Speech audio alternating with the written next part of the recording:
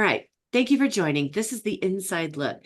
So the Personify Leadership Program, we are 14 years old now, and we have delivered this program to over 100,000 leaders all over the world. And so what makes our program a little bit different than all the other leadership development programs that are out there is that it's very experientially based. And so what we mean by that is we've designed a 3-year learning journey for leaders to go on to where the learning path, everyone starts with our core program. And we cover 8 core competencies of effective leadership. And then post-program, then we have 9 to 12 months worth of micro-learning content that comes post-program. Because we don't want it to be just this one great thing that we did or that leaders did, and then they go back into the real world. And then, of course, they get hit with all of the everyday daily leadership challenges happen and have to draw upon that experience. We want those little micro learning things to happen post program. So it gives them ample opportunity to implement and to retain all of the information that we cover in the core program. And then we have a deep dive program, which could come around a year-ish later, 9 to 12 months later, and then another year of micro learning content. And then we have a third program called the Courageous Leader Program, which is additional ongoing micro learning content. So we really do have and then we have ongoing coaching that is an option that you could invest in as well, and some other support tools and things that I'll share with you as well. So starting with our core program, we have several ways that people can engage with us. Number one is we have an open enrollment course where people can come just 1 or 2 leaders at a time, or if it's a way that you want to vet the program before you invest in it fully, then it's a great way to come through one of our open enrollments and just experience the program for yourself. We also can do a direct engagement where we can send one of our master facilitators out to deliver the training at your organization. And then the third option is that this is a train the trainer model. You can have several people certified internally at your organization, or if you're an external consultant, you could become certified in this program as well. And then you could deliver it out to your own client base if you'd like. So, and really at the core of this program is that the 8 core competencies really help you just deepen your understanding of what does it take to be a good people leader, a good leader in your organization. So there's definitely some great key skills, some how-tos on how to lead people. And we call this a crash course in self-awareness, because at the end of it, you're going to identify where are the things that I feel like I'm doing really well already. And then also, where are my development areas? Now, I created this course, I deliver this course on a regular basis. And even though I teach this stuff, there's still times where I'm like, you know what, I probably could be doing that skill or that competency a little bit better right now. Maybe I need to put a little focus area on it. So it's always it's a great identifier for yourself of how you're showing up as a leader. So, and it's a very comprehensive, very diverse approach to leadership, and it's very sticky. So, what people can expect out of any of our courses is that they're all experientially based. Now, what that means is we've designed some specific experiential activities that look kind of like team building exercises a little bit, that intentionally surface the behaviors that we're about to teach skills in. And what we find is that when people are at play, they are their natural true selves, and it's almost like we can't help it. And so through that process, then we surface the behavior, and then we debrief it. We talk about what just happened. Why did that happen? Does that happen back in the real world? And then how do we manage that behavior in either ourselves or in others in order to be effective leaders? So, and then we have some great video demonstrations. We follow a character named Manny throughout the course, Manny the manager. And we see Manny really evolve as a leader as he goes through the course. And it's very funny. People get very attached to Manny's story, and they really want to know, like, what happened to Manny? And so anyway, they end up kind of cheering for him at the end, which is kind of fun. And then we also use some great group discussion, personal reflection. We know that not everybody is a verbal processor, so we allow for some good personal reflection time throughout the course. And it's, all of this is grounded in research. We didn't just make all this up. We have great bodies of research that we pull in some of their work from all over the world, not just US based, but all over the world, just to show that there's science behind being a great leader as well. So, and some of the supporting research just from an ROI perspective is that most people, employers will spend money on the hard skills. And of course, the hard skills are necessary. But when you do engagement surveys and when you do ROI studies, people will say they leave organizations because they had a bad boss and not necessarily because it was a bad company. And so really, if you think about even some of your past leaders and managers that you've had, those ones that were really good, that really helped you grow as a leader, were the ones that help people create more loyalty towards your organization and more dedication into doing good work and different things like that. So really, and now especially as the AI starts to develop more and really become that disruptor in everybody's organizations, the things that machines can't do are becoming more valuable than ever. So those soft skills, quote unquote, which are really the hard skills, are becoming more valuable than ever. So to kick off our core program, we have a leadership assessment that leaders take that really they can self-assess where do they feel that their skills are in each one of the competencies that we cover. So in each one of them, and the assessment maps directly to every skill that we teach in the core program. So it's a really nice snapshot of how they feel they're doing, where their development areas are, and where they feel they're competent in, even before going through the course. Then we go through the course, and then they get access to all of the skills and the training that we teach in all of the competencies. So the heart module is where we kick off. And so when we were designing this program, we really were like, where do we start with leadership? We first thought about starting with eyes. What does leadership look like? And then thought, no, let's really think about the metaphors like at the heart of leadership. And then we're like, oh my gosh, there it is. So we start with the heart of a leader. And in this module, we really teach skills around how to be a leader who looks out for the best intention of others or the best interest of others. So we talk about signals and those nonverbal and verbal signals that we send on a regular basis. How do we make sure that we align our intention with the best interest of others, both people on our team as well as the organizational goals? And then really, how do we build trust and respect amongst those that you lead? So this one kicks off with a fantastic experiential activity that is lively, and it really surfaces the exact behaviors that I just covered in all three of those module outcomes. So I have a quick video on this. It's 1 minute long that will show two of the experientials that we do in the heart module. So I'm going to play that quick video just to give you a little bit of a visual of what the experiential activities can look like. The diminishing resources activity closes out the heart module. In this module, we teach the concept of self-centric, team-centric, and organization-centric. This activity brings this concept to life. Each person has an individual responsibility, they have a small team that they're working with, and their actions and decisions affect other people in the group. Plus, the activity is not over unless everyone is successful, which brings the concept of organizational life and success to the forefront. What's great about bookending this module with experiential activities is that the first activity, insanity, surfaces the behaviors naturally. Then we go into the classroom to teach some skills around how to manage these behaviors, ground the skills in research, and then we close the module with this experiential activity, diminishing resources. It lets participants put the skills into practice before they ever leave the classroom. So those activities, they look a little team building activity like, because they are, but at the same time, we have very specific debriefing questions that we ask after each activity, and that really does help people understand what just happened, why did that happen, and does that happen back in the real world? And then we unpack that a little bit and let them really internalize that, and then put some good personal reflection to how they can implement the skills learned in that course back in their everyday work lives. Our second module that we get into is the mind of a leader. And in the mind of a leader, we talk about emotional resiliency. What are your stress triggers? How does it impact the way you show up? How does it impact the way that you communicate with others?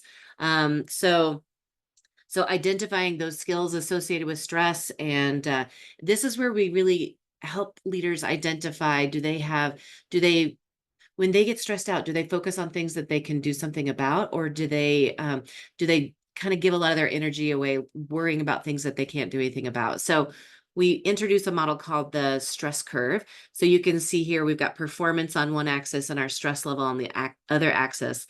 And you can see that our performance changes based on the kind of stress that we have. And so we get them identify, like, what are the behaviors associated in each one of these zones? And where are you at right now? If you were to place a little X on this stress curve, where would you be right now? And if you're in the too much stress or the danger zone, what are you doing in order to pull yourself back into optimal stress? Because it's not realistic that we'll always be in optimal, but once we start to identify the behaviors of the other ones and then how it impacts the way that we show up, the way that we communicate, and the way that we perform, then it can be helpful for teams to have this foundational language. So we bring in some models around internal locus of control. Does your mind naturally gravitate towards things that you can do something about? Or do you go to that external locus of control by giving a lot of energy away to either blaming or just literally spinning your wheels on things that you can't do anything about? So we have an excellent experiential activity that really helps them walk through this model. And we present different scenarios to them to where they vote with their feet basically, and they place themselves in one of these three zones based on that scenario. Is that something you have authority over, influence over, or no control over? And then ask them to sit with that for just a little bit, and then get them. So we walk through a series of questions for each scenario that really help them identify, gosh, am I stressing over things that I can do nothing about? Or is my stress in the right place? So am I stressing over things that I have authority over or influence over? This can be a really big aha moment for leaders. We had we have a C-suite version of this program as well. And we had one C-suite group go through it at one organization. And so we had participants list out a bunch of their stressors. And before we did this exercise, then we do this exercise, then we have them go back to their list of stressors and have them categorize what they are stressing about. Are you stressing over things that you have authority over, influence over, or no control over? And there was the CEO of this one organization wrote no control, no control, no control, no control next to all of his stressors. And I'm like, you are giving so much energy away by stressing over things that you can do nothing about. You've got to figure out a way to change your way of thinking to where you spend that energy on things that you can do something about. So here's a great graphic that people just love. This is the one that people take pictures of anytime they're in the class. They're like, oh my gosh, this is exactly like what stress is. Like you need to spend your energy, your mental energy on things on the inside there, things that are in your control versus the things that are out of your control. And it's hard to do, not impossible, but we teach some skills on how to manage that. And then our next module is the voice module. This is where we talk about how to be a leader who communicates a message that really resonates with those who receive it. So this is where we bring in concepts of DISC or the Clifton Strengths. And the DISC version, this is where once you figure out what your preferred communication styles and your preferred behavioral styles are, then how do I need to change the way I communicate to communicate with somebody that's in a different quadrant than I am? So if I'm an ID, how do I communicate if I've got team members that are in the S and the C world? Or even just communicate to another I or another D. And then with Clifton Strengths, if that version there, then if you know that like my top 5 strengths, I know that I'm futuristic, activator, communication, positivity, and individualization. If I know those are my top 5, what do I do to make sure that I'm communicating with someone that has different strengths than I do? Because they're going to need to hear the information differently. And as a leader, I have a responsibility to communicate to the people that I'm leading in a way that's going to resonate with them. So we really bring in some great research around effective communication modules. Albert Morabian devoted his entire career to effective communication. So use some of his modules or models in our course, and really get people thinking about like what's our intended message, then what are the actual words that come out of our mouth, the actual message, what mediums are we using to communicate through, and which ones are effective and which ones are ineffective, and then how do we make sure that our message is effectively received. As a leader, I have a responsibility to do this. And sometimes we just say things and we don't know if they landed. So here's where we bring in, the 4 quadrants in DISC is very similar to the 4 domains of Clifton Strengths, and then all of the individual strengths that go into each one of those 4 domains. And so anyway, both are very effective. And so we're excited to have both versions available now. And then in the ears of a leader, we look at that same communication model, that say Albert Moravian, same sender receiver model. This time we look at it from the receiver end. How do I be a leader that truly listens to others? Because there's behaviors that we do when we're listening, and most people are terrible listeners because we just have so much noise in our world anymore that it's really hard to stay focused and understand and really truly listen to understand rather than listen to respond. So we look at the other end of that and what is my responsibility as a leader to be a good listener. And so we have our own little mini listening self-assessment that they take right there in class, right in their workbooks. It's 21 questions, so it's really short and simple. But what they identify in this is there's 6 underlying interruption styles. There's things that we're doing instead of listening that are actually interrupting our ability to take in a message. So they self-identify these, and this, I cannot tell you the ahas that come out of this. So here are the 6 different um, listening interrupters, if you will. The pretender, we pretend that we're listening. The competitor, that like they tell a story. Oh, that happened to you. Oh, this happened to me. So we compete back with different stories.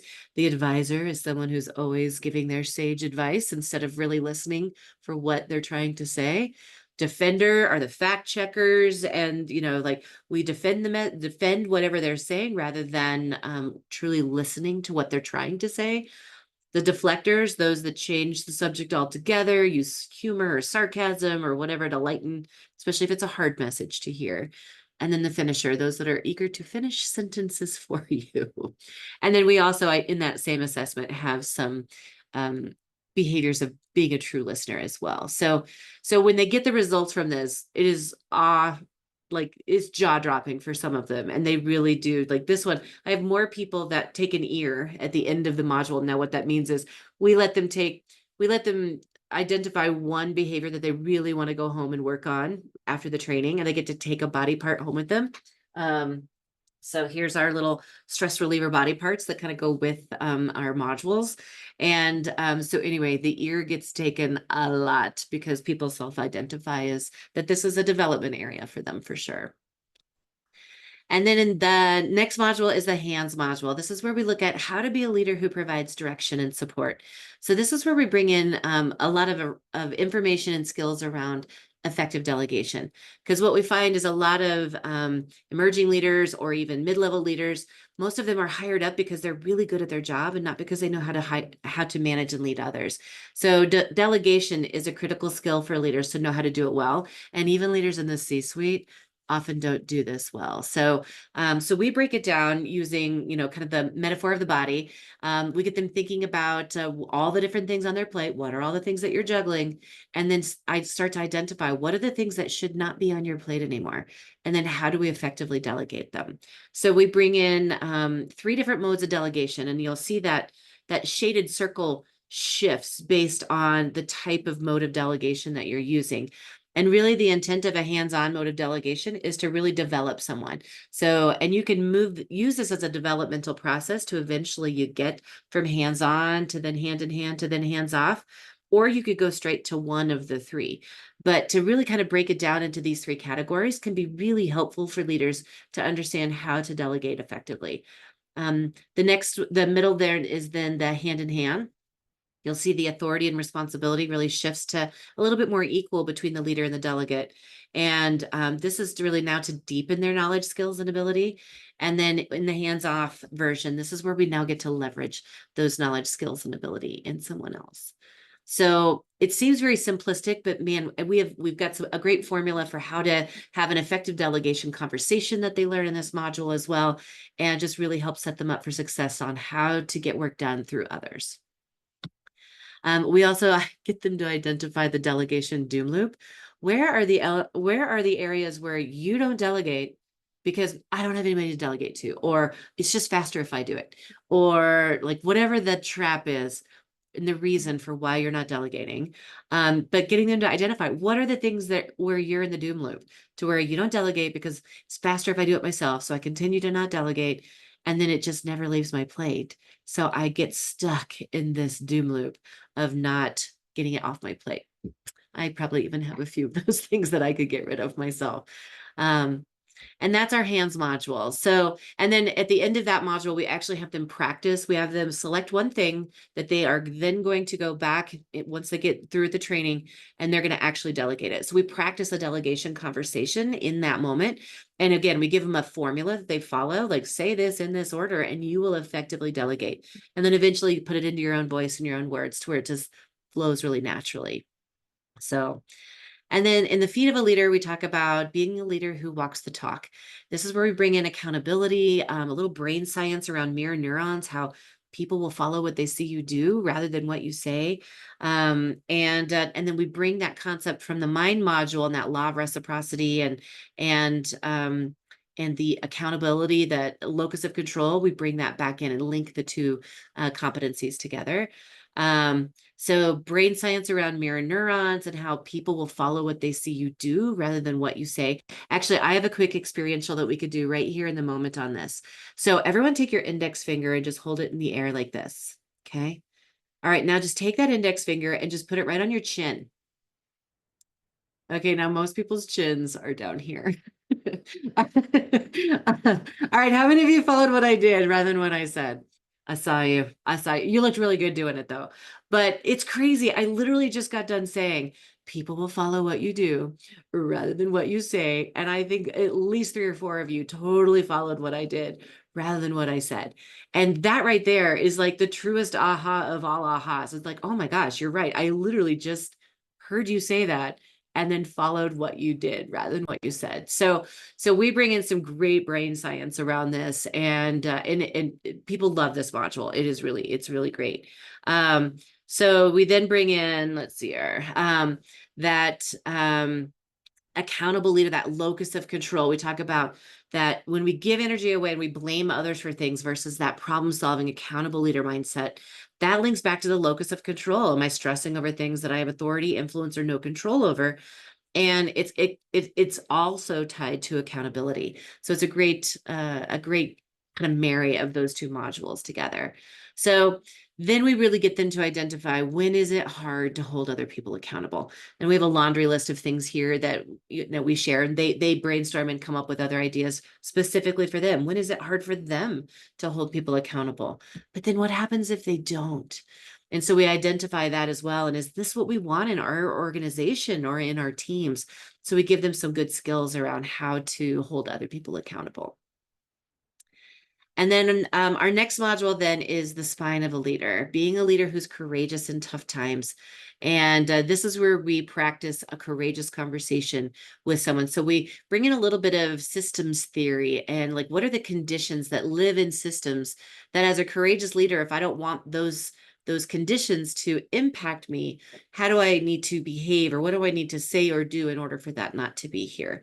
So this is where we have them come prepared to with a scenario of a courageous conversation that they need to have with someone, and then we walk them through how to have an effective courageous conversation with someone. And we really have them set up a game plan for doing it before you going into this tough or necessary conversation. Then we have them look at all 8 of the modules or the previous 6 up until this point. What's your intent? What's your, where's your stress level at with doing this? Now, what's their disc style or their top strengths? How do I need to be a good listener? What am I trying to, how do I have some shared authority and responsibility in the conversation? Is there anything that I need to take accountability for before having this conversation? Or how will I hold them accountable as well before going into this courageous conversation? So we use the spine as this module to talk about, how to have the backbone and spine in order to say and do the hard things when it comes to being a good leader. And then our final module is around the eyes, how to be a leader who has a vision for the future, where we have them set 30, 60, and 90-day goals for themselves. We bring in some research around what makes teams really effective. And we bring in this model called the drain model. And when teams have really clearly identifiable goals that everybody understands, and then we focus our mental, physical, and spiritual energy all funneled towards those goals, and then identifying those drains ahead of time, that what are the things that might drain our energy or focus away from being able to accomplish those goals. Those are the teams that actually they're the ones that are most successful. So And then after we identify what our goals are, we then go into actually setting an action plan, because having a vision for what needs to happen without a plan for execution is just hallucination. So we go into and then really have them express what those 30, 60, 90-day goals are, have them identify the drains ahead of time on what might prevent them from accomplishing these goals. And then we have them select an accountability partner, someone there in class that they're going to check in with really routinely in order to hold themselves accountable for actually accomplishing the goals. So, and then the final sharing circle is one of my favorite moments in the entire course, is what we get into a big circle and we have everyone go around the circle, and everyone gets to select their body part, whichever one they most want to work on. And they go around and share why they chose that part, why it's important to them, and why they feel they want to focus on it as a developmental area for themselves. And this is when we then identify or give them the additional support tools. Mobile Manny is, we now have a mobile coaching tool that we call Mobile Manny. So, and again, I mentioned Manny, the character we follow in the class. They get really attached to him. And so we decided to kind of play into that a little bit. And so we have a mobile coaching app that they use that it's AI enhanced. So we have now taught Manny to be an expert in Personify Leadership. And now leaders can truly ask Manny questions about what they learned in the class. And even like, I need to have a courageous conversation with Janine, and she's a high D on disc. Can you give me some pointers on how to have a courageous conversation with her? Whoosh, it'll immediately give you like 4 or 5 bullet points of key points to remember, things like that. So it's literally in the moment coaching that they can get, which just makes it such a fantastic coaching app that complements the program. They also get a copy of the Courageous Leader book, which goes with the spine module, and it really does cover like the courage to delegate, the courage to have those hard conversations, and dives into a little bit more detail in that. We've got some great on-the-job aids that they can utilize, and then they get the 12 months of weekly leadership articles that get emailed to them. And they are intentional 2-minute reads, because we know that life gets busy, and leaders are busy when they get back to the real world. So, but each week there's a different. So we start with the heart module, bullet outcome number 1, and there's a 2-minute article on that. The next week is mind module outcome 1, and then voice, and so it just keeps going until we get through all of them. And so just some little quick hits. And then little reminders like, hey, check in with your accountability partner. Have you reached out to Manny lately? Like all of those different things that just really help prolong the experience beyond the initial exposure to the content. And then we also have a podcast if you want to go and hear how our program has been really impactful in other organizations. We're on YouTube, as well as if you want the audio files, we're on any of your favorite podcast platforms. So you can go and listen to how it has impacted this particular organization. They wanted to measure their attrition rate. Before deploying our program, they had about 11.4% attrition rate, and they really wanted to focus on their people skills to see if they equipped their leaders with more people skills, would it actually reduce that number? And so they put 2,800 leaders through our program in an 18-month period, and they went from 11.4 to 8.2% attrition rate in 18 months. And then they were able to show that they paid for the entire program based on just retaining their own people rather than watching their talent walk out the door. So it was a really great case study for us, but also just great for them to really show that when you do invest in training your people how to be better humans, how to be better leaders, it really will pay off for the organization. And then we have some other great support tools that are additional add-ons if you want to choose. I designed this deck of cards because I'm like, why are we waiting for performance reviews to get feedback from people that we work with? So I created this deck called the Conversational 360. And these are cards that are designed to just be your regular one-on-one conversations that you have with people and your weekly one-on-ones, instead of waiting until the end of the year. And so these cards, they're basically, each card has one question on them. And there's 12 cards per each competency. So from the core program. So they get this great quick hit, like have these conversations on a regular basis rather than waiting and having it be a surprise during your performance reviews. We also, I mentioned this earlier, we have a 360-degree feedback tool now, to where you can have a multi-rater tool and get feedback from people above you, your peer level, as well as your direct reports as well. So it could be a great way to really uh, get a snapshot on where your areas of strength are, where you both rated yourselves really high, where your hidden strengths are, where you might have rated yourself lower, but your team rated you higher. Then your areas of improvement, where both of you rated you lower, and then your blind spots, where you rated yourself higher and your team rated you much lower. And so, and again, we have the coaching program that can help if you don't have your own coaching program. But that can be a great way for leaders to really have some dedicated action plans on how to truly work on that back in the real world. So here's some of our dates for our upcoming open enrollments in Train the Trainer. If you want the disc version, our next one is in August, and then we have our follow-up one of that is, I think, in November would be our next one. And then we have a couple of the strengths ones coming up in the next couple of months as well. And then our deep dive program, of course, I shared a little bit about that, and those additional programs that we have.